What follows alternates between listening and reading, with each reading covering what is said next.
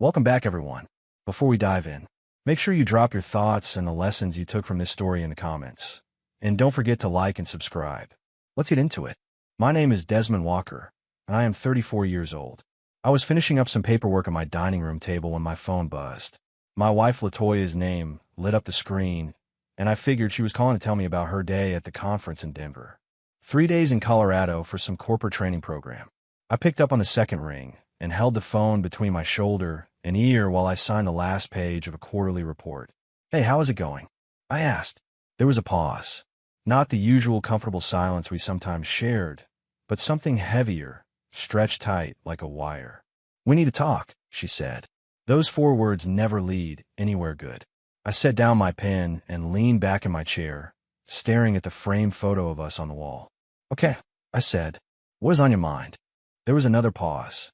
I could hear hotel noise in the background, doors closing, distant footsteps, a television murmuring from another room. Someone laughed in the hallway, and an elevator chimed. "I met someone here," Latoya said finally. "At the conference." My stomach dropped, but I kept my voice steady, clamping down on the instinctive wave of dread. "Met someone," I repeated. "How?" "We have been spending time together. Talking." "It is complicated," she said. "Complicated," I echoed. I almost laughed, but it came out more like a breath. "How complicated are we talking here, exactly?" "We are in a situationship," she said, like that explained everything. "A situationship," I said. I had to process that for a moment. Here I was thinking we were married, and apparently we were just in some undefined gray area that could accommodate her conference romance. "While we are married?" I asked. "It is not that simple," Latoya said quickly. "These things happen. Feelings develop. I cannot control how I feel about someone." I stood up and walked to the window. Outside, our quiet Houston neighborhood moved along like normal. A man jogged past with his dog. A delivery truck eased down the street. People were living their regular lives, completely unaware that my marriage was unraveling over a phone call. "So let me get this straight," I said. "You met someone 3 days ago, and now you are in a relationship with him while you are married to me." "It is not a relationship exactly," she said. "It is more fluid. We are exploring what this could be." "Fluid. Exploring," I said. The words sounded like they belonged in some self-help book, not in a conversation with my wife of 6 years. "And you called to tell me this because—" I asked. "Because I believe in honesty," Latoya said. "I did not want to lie to you." The irony was not lost on me. She did not want to lie, but apparently she had no problem betraying me as long as it had a trendy name and an explanation she liked. "How considerate of you," I said. "Do not be sarcastic," she snapped. "This is hard for me too." Hard for her. I was sure it was really difficult having romantic dinners in Denver while I was home paying our bills and wondering why she had not called yesterday. "So what happens now?" I asked. "I do not know," she said. "I need time to figure this out, to see where this goes. While staying married to me," I said. "I'm not asking you to make any decisions right now. I just wanted you to know what is happening." I looked at our wedding photo on my desk. 2 people under an arch of white flowers, smiling like they knew what forever meant. I remembered the sound of applause, the warmth of her fingers squeezing mine as we walked back down the aisle. "I appreciate the heads up," I said. "When are you getting back?" "I will be home tomorrow evening," Latoya said. "We can talk more then. Figure out how to handle this." "Handle this," I repeated, like it was a scheduling conflict instead of her choosing someone else. "Sure," I said. "We will talk when you get back." "I love you," she said softly. "This does not change that." I hung up without responding. I stood there for a moment, the silence settling over the house like dust, then sat back down and stared at the paperwork I had been doing. Quarterly reports that suddenly seemed completely meaningless. My phone buzzed with a text from Latoya, but I did not look at it. Instead, I opened my laptop and started searching for divorce lawyers in Houston. The next morning, I called in sick to work, not because I was actually ill, but because I had more important things to handle. I had spent half the night researching divorce attorneys and the other half staring at the ceiling, wondering how someone could throw away 6 years of marriage for a 3-day conference fling. By 9 in the morning, I was sitting in the office of Leonard Hayes, a divorce attorney whose name kept popping up in my online searches. Leonard's office was on the 20th floor of a glass building downtown, all polished wood, framed degrees, and understated success. Leonard himself was in his late 40s, with calm eyes and a voice that sounded like he had seen everything and nothing surprised him anymore. "So she told you about this situationship?" he asked, looking over the notes I'd written down. I had come in with bullet points, dates, and phrases she had used, like I was prepping for a performance review. "That is what she called it," I said. "Apparently, it means she can have her cake and eat it too." Leonard nodded slowly. "I have seen this before," he said. "People use modern terminology to make old-fashioned cheating sound progressive." He leaned forward and tapped his pen against the legal pad. "The good news is, if you want to move forward, we can have papers ready by tomorrow." "That fast?" I asked. "Adultery is adultery, regardless of what you call it," Leonard said. "And she confessed to it voluntarily. That makes our job easier. We will file for dissolution, request temporary restraints on joint accounts, and make sure you are financially protected." I hesitated for a moment, then asked, "Do you ever see people come back from something like this?" Leonard watched me for a second. "Sometimes," he said, "but usually only when both people are willing to take responsibility and do the work." That does not sound like what she is asking for. I took a long breath, feeling something settle in my chest. "She made her choice," I said. "I might as well make mine." Leonard slid the retainer agreement across the desk. I signed it, the pen feeling heavier than it should. When I walked out of his office, I had a plan. Papers would be ready by late afternoon the next day. Perfect timing for LaToya's arrival home. My next stop was the bank. I sat across from a polite representative who smiled, as if we were discussing vacation plans instead of the early stages of a divorce. I withdrew enough cash to cover immediate expenses and opened a separate checking account in my name only. Everything was legal, everything by the book. I was not trying to hide assets, just protecting myself from any surprises LaToya might have planned. After the bank, I stepped outside into the bright Houston heat and called my friend Reggie Moore. We had gone to college together, played pickup basketball on weekends, and stayed close even as our lives diverged. He answered on the first ring. "Desmond, man, what is up?" Reggie said. "I was just thinking I have not heard from you in a minute." "I need a favor," I said. "Can you help me move some boxes tomorrow evening?" "Moving boxes?" Reggie asked. "You finally buying that house on the north side? You and LaToya leveling up?" "Not exactly," I said. I leaned against my car and stared at my reflection in the window, try to keep my voice even. "I will explain when I see you." Reggie was quiet for a second. "All right," he said. "You sound serious. Text me the time, and I will bring the truck." That afternoon, I went through LaToya's social media. I opened her photo feed with the kind of detachment people use to examine accident scenes. There she was at the conference, smiling in group pictures, posing with coworkers, standing on a balcony with mountains behind her. And there he was in several of the photos, a man I did not know, standing close, his hand on her lower back, both of them looking very comfortable with each other. In one picture, they were seated at a restaurant table, leaning toward each other. LaToya's eyes were bright in a way I had not seen in months. The comments from her colleagues were telling. Hearts, fire emojis, and messages like, "You two are so cute together," and "I see you, LaToya." I screenshotted everything and dropped the images into a folder on my laptop. Leonard had said documentation would be helpful. With her confession, it was probably unnecessary, but I wanted the truth written somewhere other than my memory. By evening, I had everything organized in the house.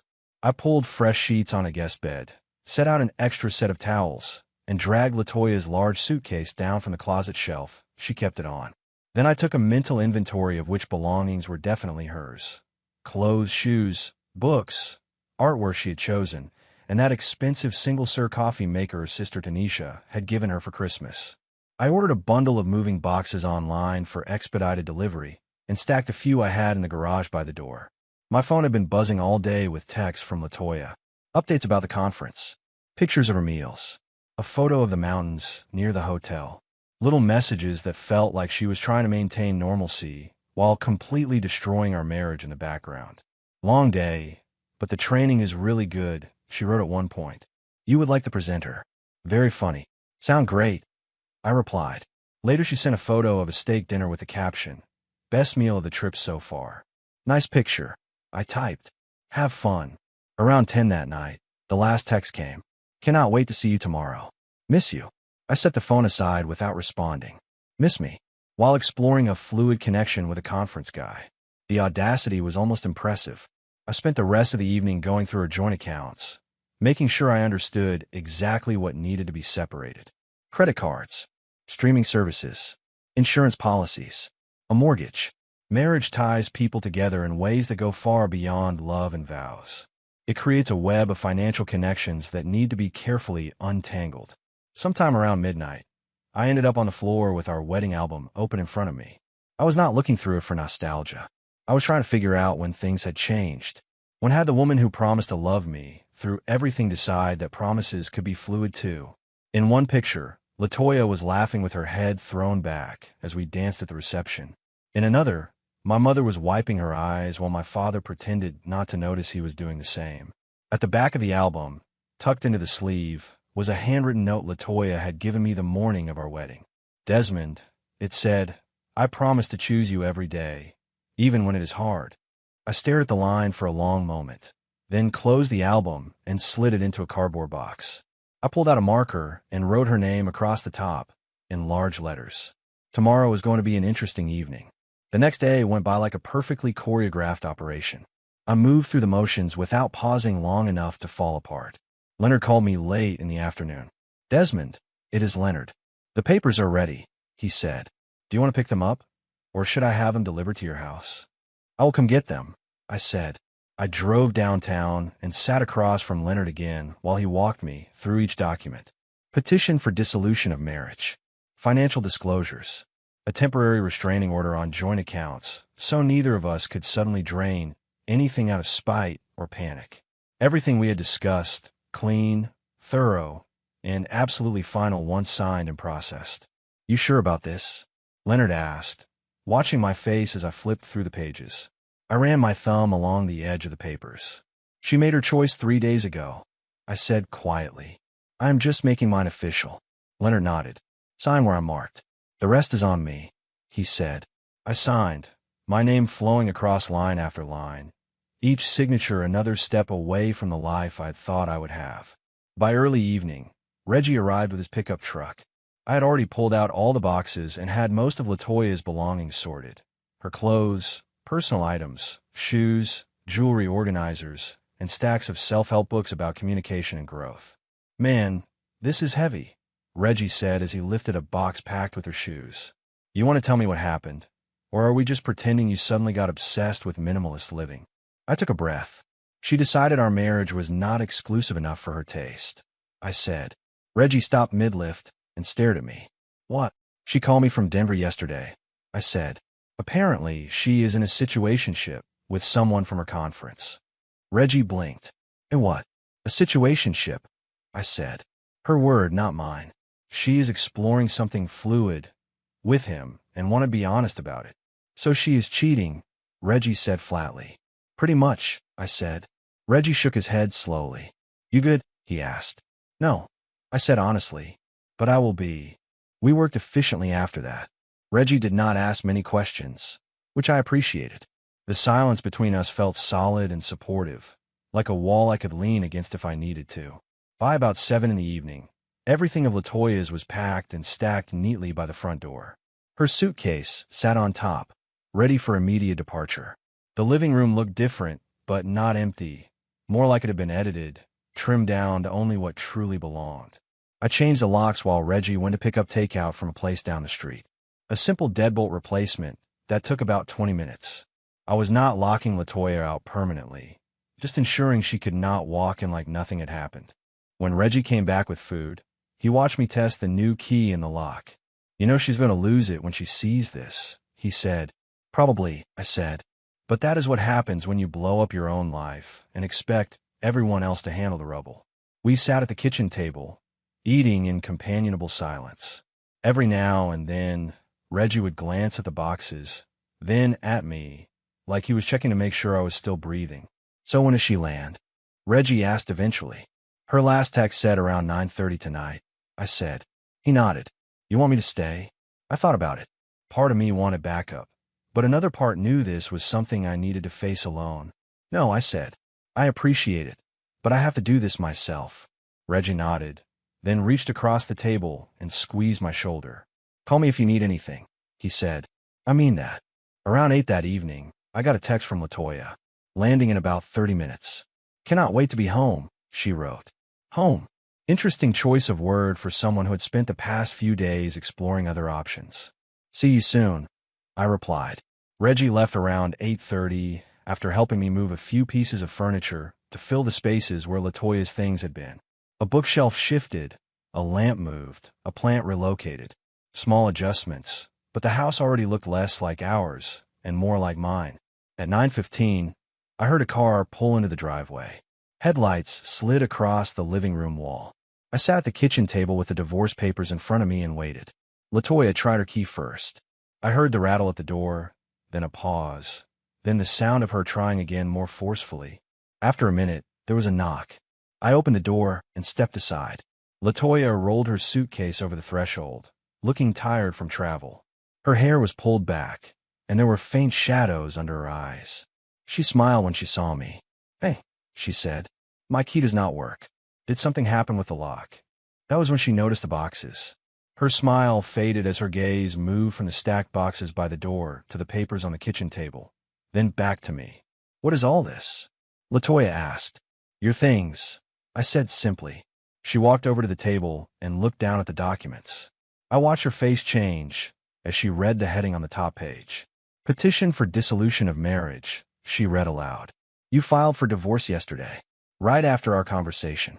You said you needed time to figure things out," I said. "You figured it out in Denver. I'm just catching up." Latoya sat down heavily in the chair across from me.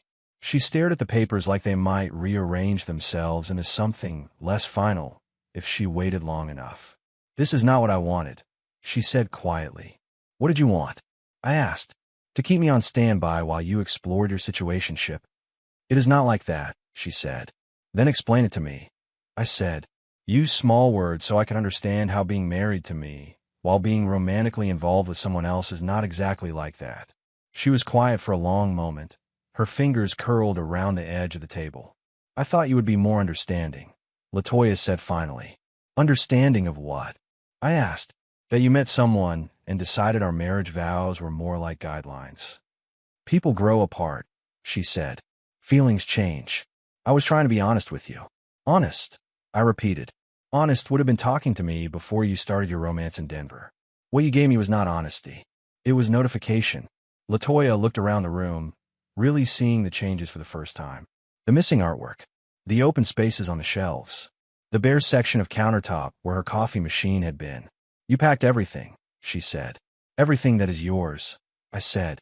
"I was very careful not to take anything that belongs to you." "Where am I supposed to go?" she asked. I pulled out my phone and turned the screen toward her. I had taken a screenshot of the website for a nearby, extended stay hotel earlier that day. "I took the liberty of checking availability," I said. "They have weekly and monthly rates if you need time to make more permanent arrangements." Latoya stared at me like she had never seen me before. "You have this all figured out," she said. "One of us had to," I replied. She stared at the divorce papers for what felt like 10 minutes, but was probably only 2. I could see her thoughts racing, the panic creeping into her expression as she realized her carefully planned revelation had not gone according to script. "This is insane," Latoya said.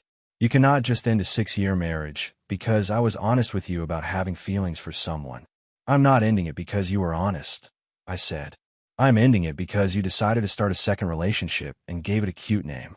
"It is not an affair," she said sharply. "We have not even," she trailed off. "Have not even what?" I asked. "Slept together? Is that the line you think matters here?" She shifted in her chair. "We connected emotionally," Latoya said. "Sometimes that just happens." "While you're married," I said. "To me, that is called cheating, regardless of which emotions got involved." Latoya stood up and started pacing, her heels clicking softly on the hardwood floor. "You are being incredibly rigid about this," she said. "Relationships evolve. People can have meaningful connections with multiple people." I almost laughed. "Are you seriously trying to sell me on polyamory right now?" I asked. "I'm trying to explain that love is not always neat and simple," she said. "When I met Eric." "Eric," I said, leaning back in my chair. "So we are naming him now. Tell me about Eric." Her face flushed slightly. He is intelligent, she said. Funny. We spend hours talking about everything. Work, life, dreams. Things we never talk about anymore. When is the last time you tried to have one of those conversations with me? I asked. That is not the point, she said quickly. That is exactly the point, I said. You stopped investing in our marriage months ago. You found someone new to invest in instead, and now you want credit for being honest about it. I want credit for trying to handle this maturely instead of sneaking around, Latoya said. I told you the truth. You told me after you had already decided to pursue him, I said. That is not maturity. That is damage control. So what? She asked. You're going to throw away everything we built together because I had feelings for someone else? I'm not throwing anything away, I said. You already did that. I'm just cleaning up the mess. Latoya walked over to one of the boxes and opened it. She pulled out a framed photo of us from our honeymoon, standing on a beach with our feet in the water. Remember this? She asked. Remember how happy we were? I remember thinking I was marrying someone who knew what marriage meant, I said. People change, she said. They grow. I am not the same person I was 6 years ago. Clearly not, I said. The person I married would not have started a romantic relationship with someone else and expected me to be understanding about it. Latoya set the photo down and looked at me, her eyes shining with something that might have been desperation. What if I ended it? She asked. What if I told Eric this was a mistake and we worked on our marriage instead? You would do that? I asked. Just turn off your feelings for him because I'm not okay with sharing you. If that is what it takes to save our marriage, yes, she said. I studied her face. You do not mean that, I said. You are just scared because this is not playing out the way you imagined. Of course I am scared, she said. I am about to lose my husband over a misunderstanding. A misunderstanding, I repeated. You think I misunderstood something about you being in a situationship with Eric? I think you are overreacting to something that does not have to destroy us, Latoya said. We could go to counseling. We could talk about why I felt disconnected. We could have done all of that before you started falling in love with someone else, I said. You had options that did not involve starting a new relationship. I walked to the window. Outside, our neighbor Mrs. Jenkins was watering the flowers along her front walkway, the same way she did almost every evening. The sight felt strangely grounding, like proof that the world was still turning even while mine was splitting in half. Let me ask you something, I said without turning around. If I had called you from a business trip and told you I had met someone, that I was exploring a connection with her, how would you have reacted? The silence stretched on long enough that I turned back to look at Latoya. That is different, she said finally. How? I asked. Because you would not do that, she said. Why not? I asked. According to you, feelings just happen. People connect. Relationships evolve. You are being ridiculous, she said. I am using your own logic, I said. If it is acceptable for you to explore meaningful connections with other people while you are married to me, why would it not be acceptable for me to do the same? She did not answer, and her silence was an answer all by itself. Here's what I think happened, I said. You got bored with routine. Eric made you feel excited again. And instead of bringing that energy home to work on us, you decided to keep both options open. I continued. Now you are upset because I am not playing along with your backup plan. That is not true, she said. I never thought of you as a backup plan. Then why are you here, trying to negotiate, instead of in Denver with Eric? I asked. If he is such an amazing connection, why are you not pursuing that instead of trying to keep me around? Her phone buzzed on the table. The screen lit up with a text, and I could clearly see the name, Eric, before she flipped it face down. He is texting you, I observed, probably wondering how the conversation with your husband is going. It is not like that, Latoya said quickly. Show me the message, I said. That is private, she said. So are the messages between me and my wife, I said. But apparently privacy does not mean much to you anymore. Latoya picked up her phone and held it against her chest. I'm not going to let you invade my privacy just because you are angry, she said. Privacy, I repeated. Interesting concept coming from someone who wants to maintain romantic relationships with two different men at the same time. I never said I wanted to maintain both relationships, she said. You never said you did not either, I replied. In fact, you said you needed time to figure out where things with Eric might go. That sounds a lot like wanting to keep your options open. She slumped back into the chair, looking exhausted in a way that had nothing to do with her flight. I do not know what I want, Latoya said. This whole situation is confusing. It is really not that complicated, I said. You want Eric? Go be with Eric. You want to work on our marriage? Cut contact with Eric and commit to rebuilding what you damaged. But you do not get both. And if I choose you, she asked, you will just forget this ever happened? I looked at the divorce papers on the table. I will never forget that when our marriage started feeling boring, your solution was to start shopping for a replacement, I said. Trust does not magically reappear because you change your mind about which option you prefer. Her phone buzzed again. Then again. I could see her jaw tense each time the screen lit up. Finally, she turned the phone completely off and set it face down on the table. There, Latoya said. Happy now. Turning off your phone does not make Eric disappear, I said. It just means you're avoiding the conversation you need to have with him. What conversation is that? She asked dully. The one where you tell him whether you're leaving your husband for him or staying married and cutting contact, I said. You know, basic adult decision-making. She rubbed her temples like she had a headache. This is all happening too fast, she said. I need time to think. You have had 3 days to think, I said. 3 days of romantic dinners and meaningful conversations with Eric while I was here believing I was in a committed marriage. How much more thinking time do you need? I was not trying to hurt you, Latoya said. But you did hurt me, I said. And now you're trying to minimize it by saying it was not intentional, like that changes anything. She looked around the room again, taking in every empty space where something of hers had been. Where did you put my coffee machine? She asked quietly. Box 3, I said, along with all the specialty pods you spent $80 on last month. I cannot believe you packed everything, she said. I cannot believe you thought I would not, I said. Latoya stood up and walked into the kitchen, opening cabinets and drawers like she was confirming I had actually followed through. It is like I never lived here, she said when she came back. That was the point, I said. You are being cruel, she said. I'm being efficient, I said. You made your choice. I'm helping you follow through with it. She came back to the table and sank into the chair again, shoulders slumped. What if I made a mistake? Latoya asked. What if I was just confused and overwhelmed? Then you learn something important about yourself, I said. Some people get overwhelmed and talk to their spouse about it. Others start situationships with strangers at conferences. Now you know which type you are. God, you are cold, she said. I am protecting myself, I replied. There is a difference. Her phone suddenly lit up and vibrated even though she had turned it off. Someone was calling persistently enough to trigger the emergency bypass setting. She glanced at the screen, and her expression shifted. It is my sister, Latoya said.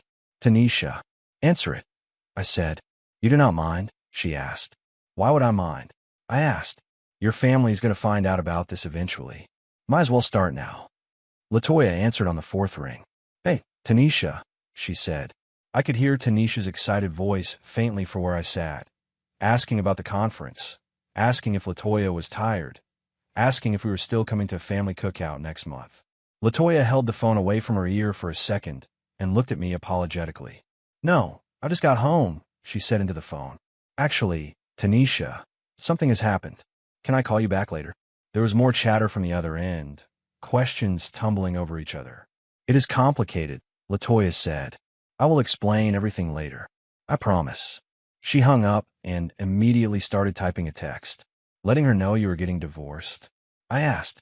Asking if I can stay there tonight, Latoya said. Good plan, I said. The hotel might be expensive long term. She finished typing and set the phone down. Tanisha wants to know what happened, Latoya said. What should I tell her? The truth would be a novel approach, I said. The truth is complicated, she protested. No, it is not, I said. You had an affair, and I filed for divorce. That is the truth. I did not have an affair, she said. I had feelings for someone and acted on those feelings while married to me. I added, what would you call that? She was quiet for a long moment, staring at her hands. I would call it the biggest mistake of my life, she said softly. Now we are getting somewhere, I said. Her phone buzzed with a response from Tanisha. She read it and sighed. She says I can stay as long as I need to, Latoya said. But she wants a full story tomorrow. Tanisha always was the smart one in your family, I said. Latoya gave a humorless little laugh. She's going to ask questions I do not know how to answer, she said. Like what? I asked. Like why I threw away a good marriage for someone I barely know, she said quietly. That is a fair question, I said. What is your answer going to be? Latoya looked at me with something that finally resembled genuine regret. I do not have one, she said. I honestly do not know why I did this. Maybe because you stopped appreciating what you had and started fantasizing about what you might be missing, I said. Maybe, she whispered. Or maybe because you wanted the excitement of something new without giving up the security of something established, I added. She winced. That makes me sound terrible, she said. It makes you sound human, I said. Selfish, but human. So there is really no way to fix this, Latoya said. I walked over to the table and picked up the divorce papers, weighing them in my hand. You could have fixed it by talking to me when you started feeling disconnected, I said. You could have fixed it by putting energy into our marriage instead of into Eric. You could have fixed it by coming home and having an honest conversation instead of calling to announce your situationship. I set the papers back down. But you cannot fix it now, I said. Now you would just be choosing me because I am not tolerating your other choice. That is not healing anything. That is settling for your backup plan once your first option became inconvenient. Latoya started to cry, quietly at first, then steadily, tears tracking down her cheeks. I really ruined this, did I not? She asked. Completely, I said. And you are not going to give me another chance, she said. What would that look like? I asked. You promised to stop talking to Eric. I pretend to trust you again. We both hope you do not meet another exciting stranger at the next conference. That is not a marriage. That is a countdown. It will not be like that, she said weakly. How do you know? I asked. 3 days ago, you would have said cheating on me would not be like you either. Latoya wiped her eyes with the back of her hand. I am going to regret this for the rest of my life, she said. Probably, I said. But that is what consequences are for. We started loading her things into her car. I helped her carry the boxes, not out of kindness, but because I wanted them gone. With each trip to the driveway, the house felt more like mine and less like ours. When we loaded the last box, Latoya closed the trunk and turned to me in the driveway. The porch light cast soft shadows across her face, making her look younger and more fragile than she had in years. What happens now? She asked. Now you figure out your life without me in it, I said. And I figure out mine without you and Eric. What if nothing works out? She asked. What if I end up alone? Then you still have to live with your choices, I said. Just like I have to live with mine. And you and I, she asked carefully. There is no version where we find our way back to each other. That version disappeared when you called from Denver, I said. You just did not notice it right away. Latoya opened the driver's side door and rolled the window down. I want you to know that I did love you, she said. I still do. I believe you, I said. But love is not enough when it comes with footnotes and exceptions. She looked at me for a long moment, like she wanted to say something else but could not find the words. Then she nodded once, put the car in gear, and drove away. I stood in the driveway and watched her tail lights disappear around the corner. After 6 years, it was over just like that. No screaming, no dramatic scene, just paperwork, boxes, and a car turning out of the neighborhood. I went back inside and locked the new deadbolt. The house was quiet in a way it had not been for months. Not an empty quiet, but a peaceful one, like I could finally breathe all the way to the bottom of my lungs again. My phone buzzed with a text from Reggie. How did it go? He asked. Better than expected. I typed back. Thanks for the help. Anytime, he replied. You okay? I looked around the living room, already mentally rearranging furniture to fill the spaces where her things used to be. Yeah, I wrote. I think I actually am. 3 months later, I was sitting in Leonard Hayes' office again, this time for the final signature on the divorce decree. Everything had proceeded smoothly. No contested assets. No drawn-out negotiations. Latoya had signed everything without argument, which surprised me until I heard through mutual friends that she and Eric had made their relationship official and that she had moved to Denver to be with him. Apparently, the long-distance thing had been too complicated for their situationship, so she quit her job in Houston and accepted a position there. I had not asked for details. The information came in pieces, from a coworker who still followed her online, from a neighbor who ran into her sister, from a cousin who saw a relocation post. That is it, Leonard said, sliding the stamped papers across his desk toward me. You are officially single again. I flipped through the documents one last time, more out of habit than necessity. How does it feel? Leonard asked. Like I should have done this months ago, I said. And I meant it. Not everyone handles things as decisively as you did, Leonard said. Most people second-guess themselves for a long time. I did my second-guessing during those last months of our marriage, I said. This part is just follow-through. The past 3 months have been the most peaceful I had felt in over a year. No more walking on eggshells around Latoya's moods. No more wondering why she seemed distant or irritated by small things. No more making excuses for why she did not seem interested in spending time together. All the red flags I had been ignoring for months suddenly made perfect sense in hindsight. I threw myself into work at first, taking on extra projects and staying late just to fill the silence. But eventually, the silence stopped feeling heavy and started feeling like space. I started running again, early in the morning before the heat settled in, letting the rhythm of my footsteps steady my thoughts. I learned to cook properly instead of relying on takeout, discovering that I actually enjoyed it. One Saturday, I painted the living room a deep blue I'd always liked, but never suggested because Latoya preferred beige and compromises. As the new color dried on the walls, the room looked fully mine for the first time. The house started to feel like home again, not the home we had built together, but the one I was building for myself. My phone had been mercifully quiet regarding drama from Latoya's side. She did not call. She did not text. Every now and then, I would see her name flash briefly across a social media update from someone else, and then it would disappear again. I let it. The only direct contact from her family came from Tanisha, exactly 2 weeks after Latoya left. I just want to understand what happened, Tanisha said when I answered. Latoya's version does not make much sense. What did she tell you? I asked. That you two grew apart and decided to divorce, Tanisha said. But that does not explain why she moved to Denver or why everything happened so fast. I took a slow breath. Do you want the real story? I asked. Yes, Tanisha said. Please. So I told her. I gave her the facts without adding anger or commentary. Latoya's phone call from Denver. The situationship. The emotional connection with Eric. The conversation at the house. The boxes.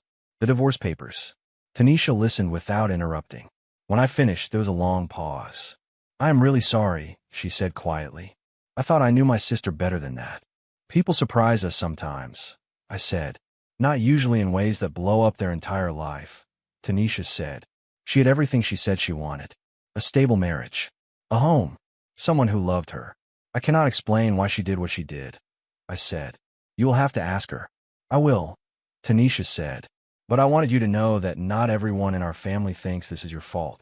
I appreciate that, I said. That was the last time I heard directly from Latoya's family. I assumed they were processing their own disappointment in her choices.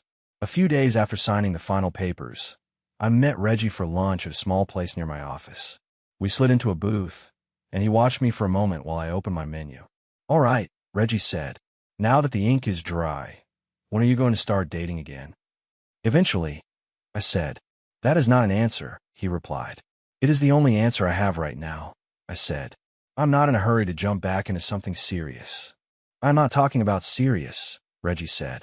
I'm talking about getting back out there, having some fun, meeting people, remembering you were still alive. I thought about it while I worked on my burger. The truth was, I felt better about myself than I had in years. More confident, more settled, clearer about what I wanted from my life. But I was not naive enough to think I was ready to trust someone else with my heart just yet. I'm good where I am for now, I said finally. I'm focused on building my own life again.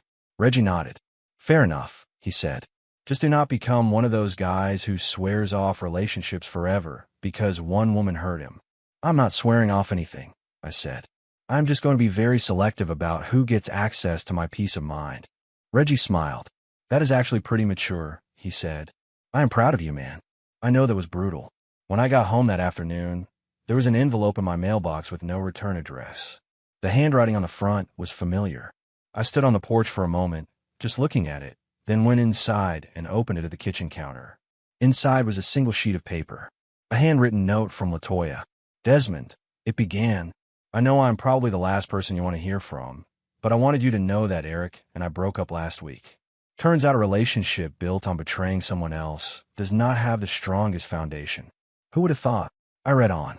I'm not writing to ask for anything or to try to fix what I broke, Latoya had written. I just wanted to apologize for being so selfish and short-sighted. You deserve better than what I gave you. I hope you find someone who appreciates what I was too immature to value. I hope you are happy. I read the letter again, slower this time, waiting for anger or satisfaction or some sharp feeling to rise up. But there was nothing. No vindication that things with Eric had not worked out. No temptation to reach out and commiserate. No fresh wave of hurt. Just nothing. Which, I realized, was its own kind of progress. I folded the note and slipped it into the kitchen drawer where I kept random papers I might need someday, but probably would not. A takeout menu. An appliance warranty. A dentist appointment reminder.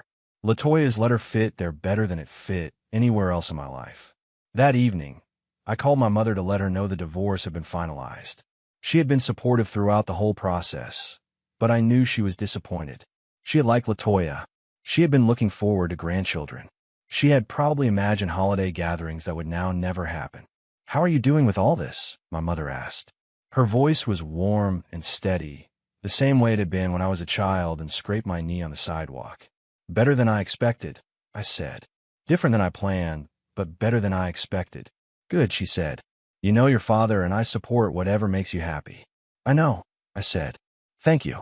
"And, honey," she added, "do not let this make you cynical about love.